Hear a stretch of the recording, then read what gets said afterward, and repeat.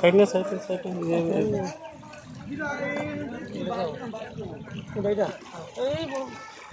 এটা ভাঙবো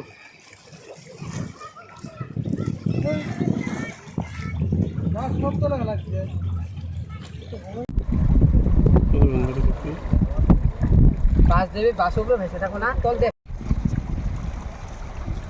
টুকটাক করা পাবে বুঝলি আগে ওই জায়গাটা বুঝছস ধার এনেই বেশি কিন্তু আছে বুঝে বুঝে বললো পরিস্থিতি সৃষ্টি হয়েছে। তো আমার বছর বছর আমার আই নদীর প্রবল গৰখহনীয়াত আমাৰ এই অঞ্চলটো শেষ হ'ব ধৰিছে এইবেলিও এই বছৰ আমাৰ এই আই নদীখন প্ৰবল গৰখহনীয়াত আমাৰ এই অঞ্চলখন প্ৰায় শেষ অৱস্থাত আহি আছে। গতিকে আমি চেনেল যুগত আমি অনুৰোধ জনাইছোঁ আমাৰ চৰকাৰৰ তৰফৰ পৰা যে চৰকাৰে যাতে আমাৰ এই অনতিপলমে এই আই নদী গৰখহনীয়াত প্ৰতিৰোধ কৰাৰ কাৰণে অবিলম্বে ব্যৱস্থা কৰিবলৈ আমি চৰকাৰৰ তৰফক আমি অনুৰোধ জনাইছোঁ। আজি দেখিবলৈ পাইছোঁ আপোনালোকে কাম কৰি আছে। আমাৰ আজি উপায়হীন হৈ আমাৰ ৰাইজ ওলাই আহিছিল।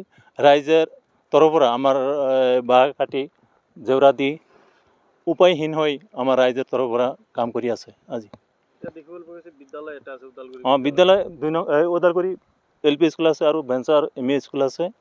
প্ৰায় জাং জাং অৱস্থা হৈছে। গতিকে আমি চৰকাৰৰ তৰফক আমি অনুৰোধ জনাইছোঁ যাতে আমাৰ এই স্কুলখন অনতিপলমে বাচি যায় তাৰ কাৰণে চৰকাৰে অনতিপলমে ব্যৱস্থা কৰিব লাগে। প্ৰত্যেক বছৰে ইয়াত গৰাখহনীয়া বানপানীয়ে তাণ্ডৱ চলায়, তাৰপিছতো চৰকাৰে কোনো ধৰণৰ ব্যৱস্থা লোৱা নাই। চৰকাৰৰ ব্যৱস্থা লোৱা নাই।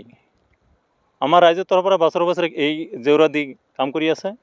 যিহেতু যদিও চৰকাৰে অলপ অলপ কাম কৰে সেই কামত কোনো কাম নহয়। আমাৰ চিৰস্থায়ী বান লাগে।